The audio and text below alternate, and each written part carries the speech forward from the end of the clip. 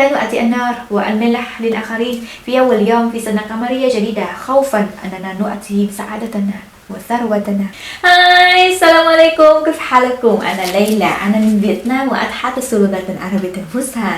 في الفيديو السابق تكلمت في موضوع ما هو عيد التيت، لماذا يحتفل الفيتناميون بعيد التيت، فكيف نحتفل به. اليوم في هذا الفيديو سأتحدث عن الأشياء التي لا نفعلها على الإطلاق في رأس السنة القمرية جديدة، فيلا ندرى ما هي. رقم 1، لا نكنس المنزل في أول يوم في سنة جديدة. لماذا؟ كما قلت لكم في الفيديو السابق أن الأشياء نفعلها في آخر يوم في سنة قمرية قبل السنة الجديدة، فسيتم تنظيف المنزل ويتم ديكور المنزل، كل شيء في آخر يوم في سنة قمرية قبل السنة الجديدة.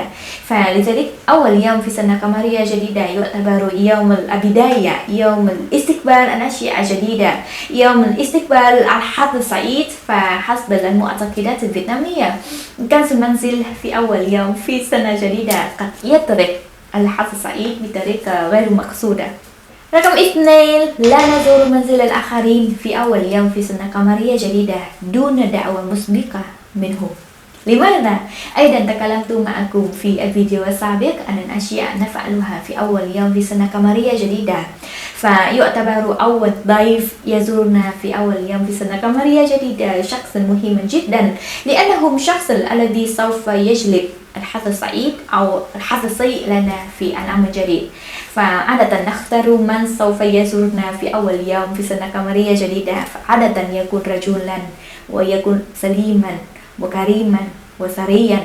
فلذلك إذن لم نحصل على أي دعوة من أي منزل، فمن الأحسن أن لا نزورهم في أول يوم في سنة قمرية جديدة حتى لا أسبب لهم أي إحراج أم أي إرباك.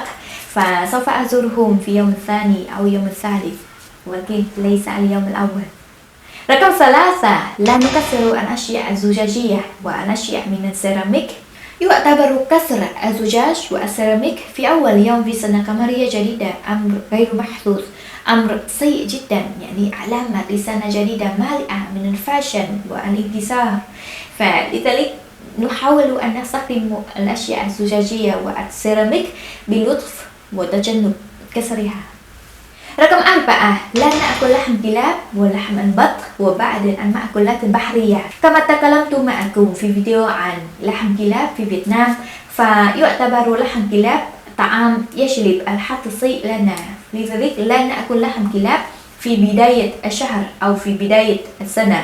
نفس الشيء مع لحم البط وبعض المأكولات البحرية مثل الجمبري والحبار، لأننا نعتقد أن هذه الأطعمة ستجلب الحظ السيء لنا في سنة جديدة.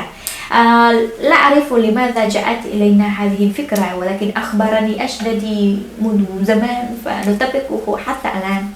رقم 5، لا نقرض المال ولا نقترض المال. كما قلت لكم أول يوم في سنة قمرية جديدة يعتبر يوم البداية، يوم استقبال الأشياء الجديدة، الأشياء الطيبة. فلا نريد السنة الجديدة مالئة من الديون والاقتراضات. إذا قمنا بإقراض المال لشخص ما فطول السنة يجب أن نؤتي مال للآخرين، فلا نريد ذلك. لذلك أول يوم في سنة قمرية جديدة لا نقرض المال ولا نقترض المال على الإطلاق. رقم 6، لا بكاء لا جدال ولا الأشياء الحزينة. طبعا سنة جديدة لابد أن تكون سنة سعيدة وفرحة، لذلك لا نريد أن نتحدث في الأشياء الحزينة، فنحاول تجنب الجدال مع الآخرين أو التحدث مع الآخرين بصوت عالي. فنحاول أن لا نبكي، خاصة الأطفال.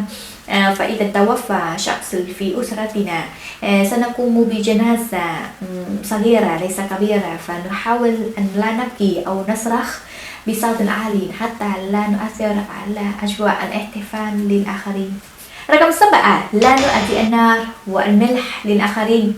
هذا شيء يبدو غريبا بالنسبة لكم، ولكن في أيام الماضية عندما كنا نستخدم النار للطبخ ولإضاءة المنزل، فكان في ذلك الوقت لا توجد طرق مختلفة لإشعال النار، فكان يجب الحفاظ على النار لنستخدمه وعندما انقطعت النار يجب أن نذهب إلى جارنا لكي نطلب منه النار، ولكن لا نؤتي النار للآخرين في أول يوم في سنة قمرية جديدة، لأن يعتبر النار رمز السعادة والثروة للأسرة. نفس الشيء مع الملح، فلذلك لا نؤتي النار والملح للآخرين في أول يوم في سنة قمرية جديدة، خوفا أننا نؤتي سعادتنا وثروتنا.